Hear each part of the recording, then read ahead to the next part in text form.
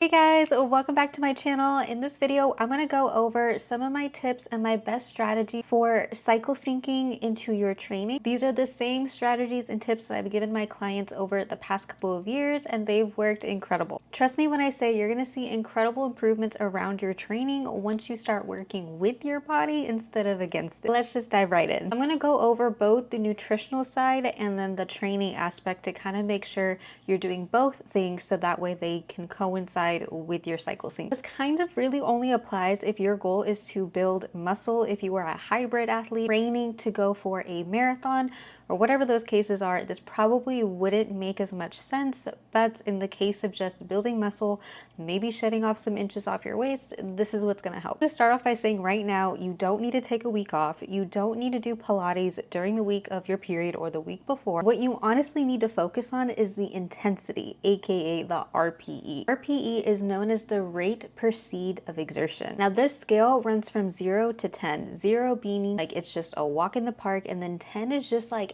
absolute failure, like your body cannot perform another rep. Another way to think of it is that 10 is basically working towards complete failure.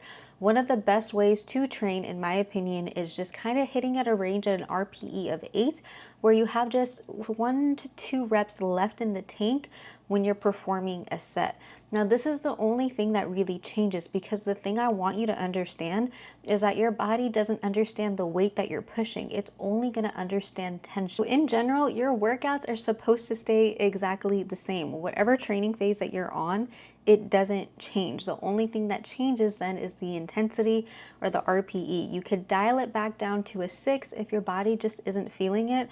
But here's kind of something that I would like to think of it and to give you an example. Let's say that you are barbell squatting, I don't know, like 200 pounds. You did 5 sets of 5 and it was hard, but it was like, wow, that was a great workout. And then the next week comes and this is like your luteal phase. You're kind of feeling a little weak, a little lethargic. Completely normal to feel. You try to perform the same weight, but it is just way too heavy. Like you can't even get past 155 pounds on your back.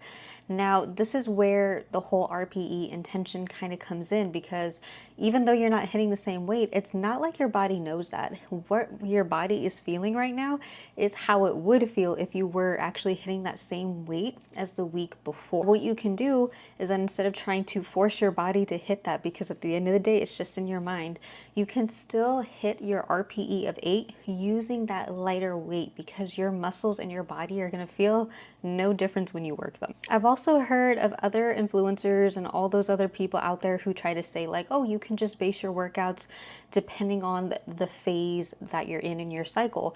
Meaning like in your follicular phase, like you're at your strongest, so therefore try to hit a PR. But it's just, in reality, it doesn't really always sync up that perfectly. As I can always say, is that you can just sync it up based on how you're feeling. So even if, let's say it's supposed to be your strongest week, but you didn't get enough good sleep, maybe you didn't eat well the night before, so you're just not feeling your best. Once again, the only thing that has to change is the intensity, the RPE. When it comes to actually tracking my cycles, I don't do any of that. Out my workouts for the week, I show up how I'm supposed to, just like any other day. And if I always know when I'm in my luteal phase, so chances are that's probably the week, the entire week I'm gonna go. Even if one day I'm feeling like my strongest in the luteal week, it's honestly just better to dial back, because you don't want to overtrain. You don't want to try and push your body, because let's say that day you are feeling great and the next day comes and you are burnt out because you went a little too hard in your workout. So that's always something to kind of consider if you know you're in your luteal week. But this is all case by case. If you are feeling great, if you are feeling strong, fantastic, like this doesn't affect you, you don't need to worry about cycle syncing, because you're already feeling your best. That is more of the training side. Now I want to get into nutrition, because how you feel on your periods usually is a result of how your nutrition and recovery is going. This isn't really well studied, considering the fact that women were not a part of research studies until the 90s. So there isn't a lot of research regarding, periods and, endometriosis and all that wonderful things that women have to go through. Recently, I found a really good OBGYN, and when I was telling her all the symptoms I would have with my period, before I went on birth control, I was experiencing heavy bleedings. I had cramps so bad that I would have to skip out on classes in college. It was pretty bad. Everybody just kind of told me that like, oh, just take birth control, it'll help the symptoms. Guess what? It did not. For like the first 2 years on birth control, I still experienced like heavy bleeding at least the first 2 days, which I thought was abnormal, but all the doctors kept telling me like it's fine, it's normal. And the cramps were almost just as unbearable. And I realized that there were just so many things that contributed to how my period was going to be. So knowing what I know now, I finally get it. So the first thing that's going to affect your period cramps, at least in my experience, stress and my nutrition plays a huge role on how my periods are going to go. For example, if I did not eat well, if I did not eat enough protein, didn't eat any fruits or vegetables, you can damn near expect that my periods were not going to be a fun time. But in those times that I focused on full recovery, at least 7 to 8 hours of sleep, I made sure to eat at least 100 grams of protein. I found that like my cramps were like, they were there, they were noticeable, but it was a lot more manageable than what it used to be. When I had talked to my OBGYN about this, she even mentioned that there might be even some micronutrients that I'm missing in my diet, actually magnesium.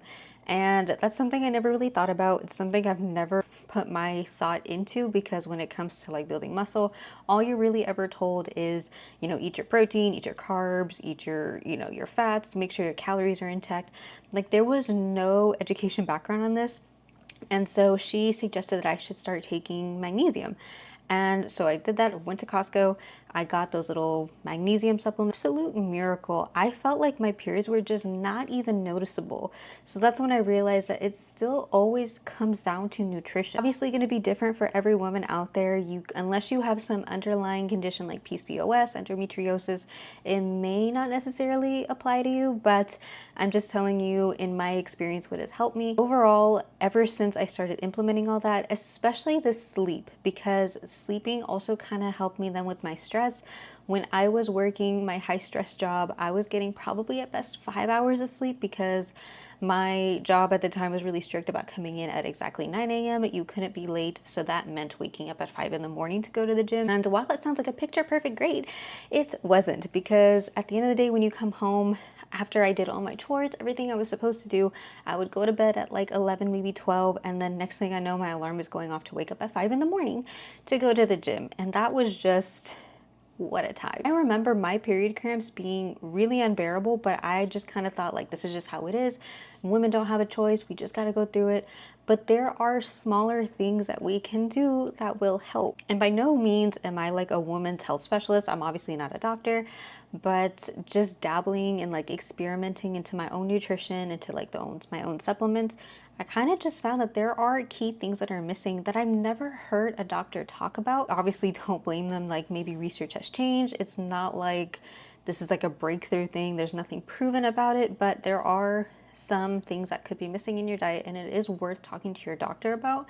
That could potentially end up making your periods a lot better. Now, with everything that I know now, I know for a fact that there's nothing that I have to change in my workouts as the week goes on. If anything, I always know when my luteal phase comes, I just collapse. I am exhausted. I really make sure I don't push myself to do too much. I keep it at the bare minimum, only doing what is required for me for that week, that day. That can honestly just look like, instead of doing 5 full exercises for your training session, you end up doing 3. Or it could just mean missing the gym all entirely, which I don't recommend. And if you do that, definitely go on a walk, because movement is still good for processes down there. And I just think overall, like, there's nothing extreme that you have to change. If you're already doing Pilates because you love it, go for it, but you don't need to take that entire week off to cycle sync. When you don't skip any of your training sessions, you're more likely to keep consistent with it, because now that you've been showing up for a good period of time, no pun intended, but now that you've been showing up for a good period of time, you don't want to lose that momentum, because it's been kind of found that after 19 days, that's when something becomes a habit. So if you've been going to the gym consistently for 19 days, you take an entire week off, it's going to be a lot harder to push yourself to go back into the gym that following week. And after all this, one of the most important things too is to control your cortisol levels. I'm not saying that you got to go crazy and really, measure your cortisol levels, get it tested every week. It's more just not having it stay at such a high level. Naturally, your cortisol levels are going to be going all over, and that's normal. It's normal to have some form of stress every single day, but what's not normal is keeping a high level of it. How can you have a high level of it? For the example, if you are doing a lot of high intensity workouts like running, HIIT workouts, on top of trying to lift weights, when you start doing too much, that's when the cortisol levels kind of just stay pretty high. And when your period comes, you can imagine the hormone imbalance that's going to happen. And there's honestly a lot of factors that go into this. So to summarize this entire thing, you don't need to cycle sync. You just need to adjust the RPE and intensity levels of your workouts. You just need to ensure that you're eating enough protein, enough macronutrients. Make sure majority of your foods are 80% whole, 20% fun, and junk foods that you can fit in, obviously. And then lastly, just making sure you're getting enough sleep, keeping your stress management in control, and doing things that we're basically told to do every day, but just really making sure that you make that a priority. If you have any questions regarding anything that we talked about, please leave a comment below. I'll be happy to make another video on this. Happy to go over more questions. If you like this video, make sure you like. If you're new here, make sure to subscribe. Otherwise, I'll see you next time.